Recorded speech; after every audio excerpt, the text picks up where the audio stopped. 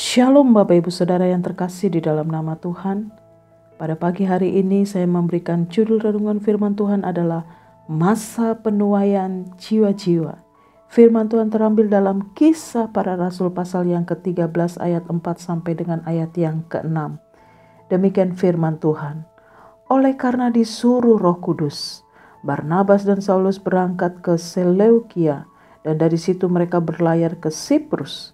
Setiba di Salamis mereka memberitakan firman Allah di dalam rumah-rumah ibadat orang Yahudi. Dan Yohanes menyertai mereka sebagai pembantu mereka. Mereka mengelilingi seluruh pulau itu sampai ke Pafos. Di situ mereka bertemu dengan seorang Yahudi yang bernama Bar Yesus, seorang tukang sihir dan nabi palsu. Bapak Ibu Saudara yang terkasih di dalam nama Tuhan, Barnabas dan Saulus adalah murid-murid yang telah menerima kuasa dari Roh Kudus, sehingga mereka terus bergerak dalam kegerakan Roh Kudus untuk menjadi saksi Kristus yang dahsyat. Firman Tuhan katakan di dalam ayat yang keempat, oleh karena disuruh Roh Kudus. Berarti ini bukan keinginan sendiri atau bukan karena inisiatif sendiri, tetapi hidup yang sudah digerakkan oleh kuasa Roh Kudus. Inilah yang memberikan keberhasilan dalam setiap pelayanan penjangkauan jiwa-jiwa bagi Kristus. Apa yang mereka lakukan? Sama persis dengan apa yang Yesus lakukan, yaitu berkeliling.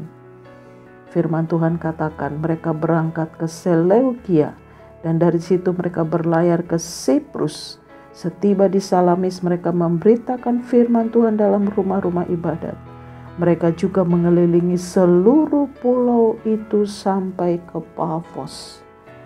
Bapak Ibu Saudara yang terkasih dalam nama Tuhan, apa yang mereka lakukan?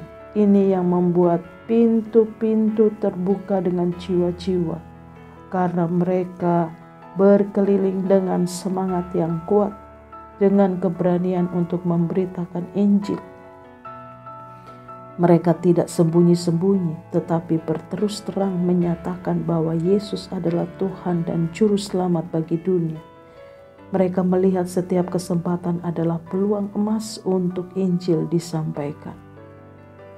Di mana ada Injil Tuhan diberitakan, pasti ada peperangan rohani, ada tantangan, karena iblis tidak tinggal diam. Iblis berusaha menghalang-halangi pekerjaan Tuhan.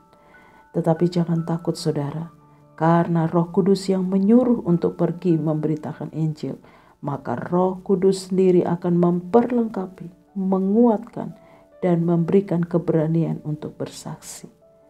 Bapak Ibu Saudara yang terkasih dalam nama Tuhan, mari kita terus bergantung kepada kuasa Roh Kudus yang memampukan kita untuk menjadi saksi, sehingga kita bisa melihat bahwa ladang tempat di mana kita berada adalah ladang yang subur untuk Injil diberitakan. Masa tuaian jiwa-jiwa itu sekarang, bukan tahun depan atau bulan depan, tetapi sekarang. Yang diperlukan saat ini adalah bangkit dan menjadi terang, bangkit dan menjadi penuai-penuai jiwa. Karena Tuhan tidak menghendaki seorang pun binasa, tetapi semua harus direbut bagi Kristus. Dan saat-saat ini adalah kita bergerak dalam masa kegerakan Tuhan.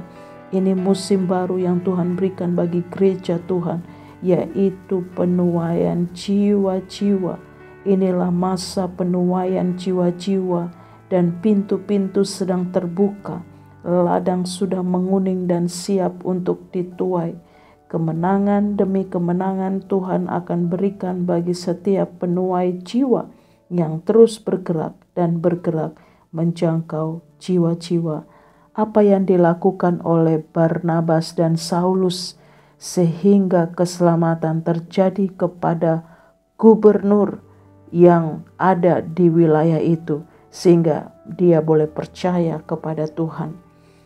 Kita percaya bahwa Tuhan akan memakai kita menjadi alat Tuhan dimanapun kita berada, ketika kita memberi diri kita untuk sungguh-sungguh dikuasai oleh kuasa Roh Kudus, sehingga kita bergerak dalam kekuatan Tuhan yang ajaib.